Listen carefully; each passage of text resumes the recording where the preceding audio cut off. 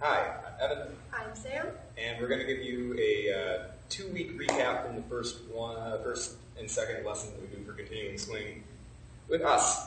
Do you think it's weeks 5 and 6? Yes. 5 and 6. 5 and 6. So we start off the lesson talking about how to do more continuous motion in closed position, getting into ideas of even pacing with your steps and using that to move around.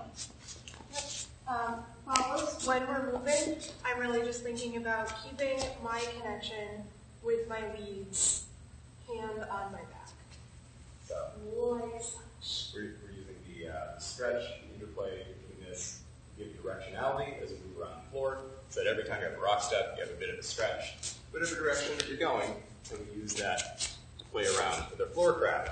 We also gave you an alternate version of the basic, which would be jig kicks, which look like this, and we're doing this in a kind of a sweetheart handhold, which helps for the stretch and compression, which goes like rock, step, together, away, together, away, And together. this is an in and out motion as opposed to a side to side. Right. You can add a little bit of embellishment to that if you want. To do hop, boom, hop, boom, and to get out of it, boom. You do 1, 3, 5, 6, 7, and 1, 2, 3, 5, 6, 7, 8, and you're back into the basic again. Basically, anytime you can come around at the end of your 8 count, you can do step, step, step, and move back out of it, either forward or backward. That's basically the gist of lesson 1.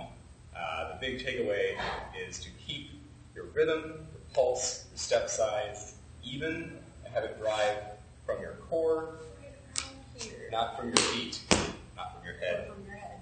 from your whole body together. Week 6.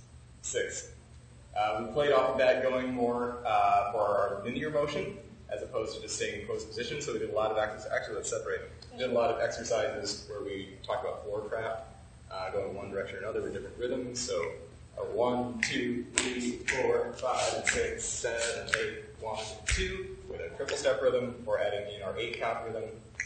1, 2, triple step, step, step, triple step, step, step, triple step. And the key there, especially on the triple steps, is to make sure that you don't rush through your steps. Whatever size you take with your rock step, boom, boom, boom. That's how much you need to cover in the 2 beats you have with your triple steps. That's crucially important for making sure that your partner knows where you're going, for keeping yourselves both together in the rhythm of the dance. And you can do that with any rhythmic variation. Step, step, step, triple step, triple step, triple step, step, step, triple step, any combination in between. And then we did some floor craft turns with that. We did an outside turn from closed position, had to travel across the floor, and we did a J-hook, starting from open position, travel across the floor. The outside turn looked like this, so you can see how far we go. 1, 2, 3, 4, 5, 6, 7, 8. We'll go back the other direction. 1, 2, 3, 4, 5, 6, 7, 8. So we're starting in closed position, ending in closed position, and we'll be facing the opposite directions that we started. Follows for this move, I'm mostly concentrating on pacing my steps with the energy that my leader gives me and contributing to this handhold as opposed to letting my shoulder collapse backward or opening my chest. Yeah, and as we go into the turn for this leads, 1, 2, 3, and 4, right around the midpoint count 4 is when you should be halfway up in that turn. And follows, you'll notice that I am still parallel to Evan as opposed to being twisted in some manner. Right. And then 3, 4, 5, 6, 7, and 8. I'm just going to keep my hand up above me, relaxed. I'm not stirring anything to make that turn happen.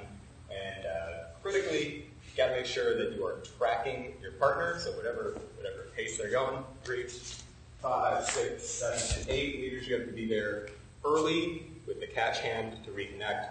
Otherwise, you'll play chase at the end when really you want to keep yourselves about parallel with each other walking the whole way through.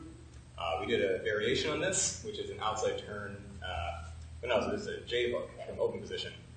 We started just from our open position. We're doing kind of a side rock step where we're going to add here this chance there.